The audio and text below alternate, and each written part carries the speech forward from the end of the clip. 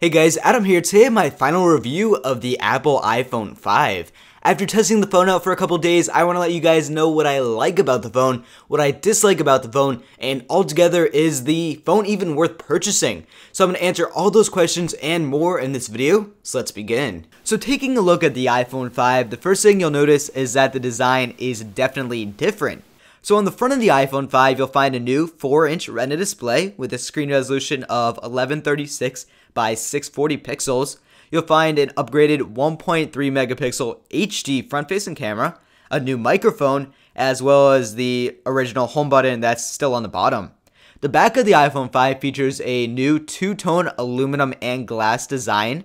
It has glass strips on both the bottom and top, and the colors depend on if you have the black or the white iPhone, and then there's aluminum directly in the middle of those two glass strips. You'll also find the 8 megapixel HD back-facing camera on the iPhone 5 on the top, a microphone, an LED flash, and of course an Apple logo right on the center of the back of the iPhone 5. Taking a look at the side of the iPhone 5, you'll notice that the band is now made of aluminum, and this aluminum perfectly matches the aluminum found on the back of the device. Along the sides of the iPhone 5, you'll also find volume up and down toggles, a mute switch, as well as a sleep-wake button on the top. So taking a look at the bottom of the iPhone 5, you'll find an all-new Lightning dock connector, and this is replacing the old 30-pin dock connector that's been found on iPods and iPhones for around 10 years. Also along the bottom of the iPhone 5 is a redesigned speaker grill, as well as the newly relocated headphone jack, which personally I'm not the biggest fan of it being on the bottom. However, it's not really that big of a deal. Overall, the build quality of the iPhone 5 is superb, and the phone feels extremely solid in your hand.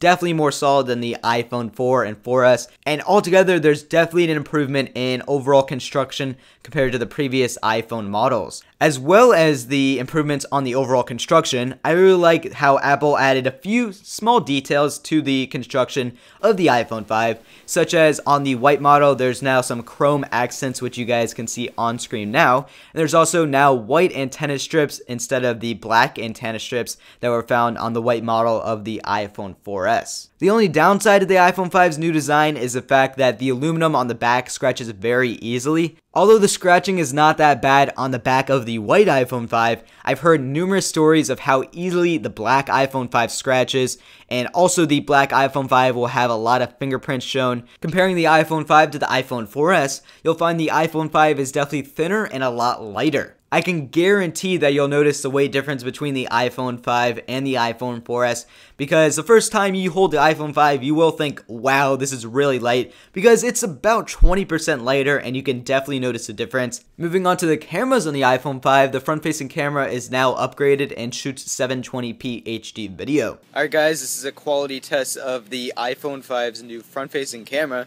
It's now 720p HD. I hope you guys can tell the difference. Because it's definitely a lot better, and I think that's actually pretty obvious. But that's the front-facing camera. The back-facing camera is still 8 megapixels, however it shoots more vibrant photos than the iPhone 4S, and it can also take much more up-close macro shots, which I was very impressed with, and you guys can see some sample shots of the iPhone 5's camera on screen right now.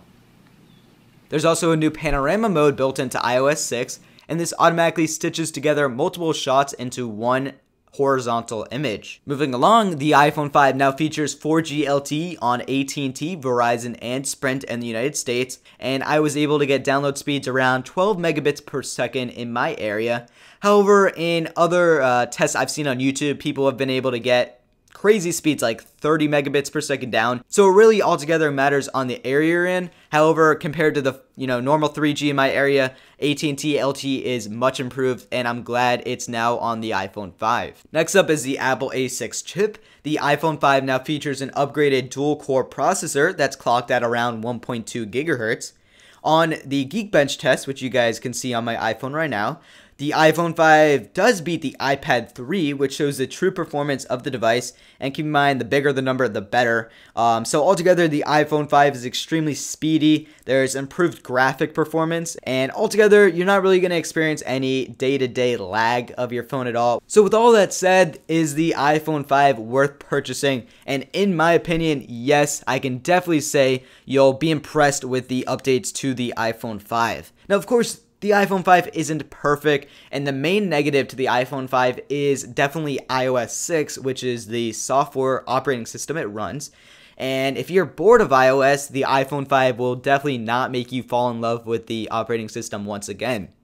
So anyways guys, that's my review of the iPhone 5. If you guys enjoyed the video, be sure to leave a like rating down below. Let me know what you think of the iPhone 5 in the comment section below. And thanks a lot for watching.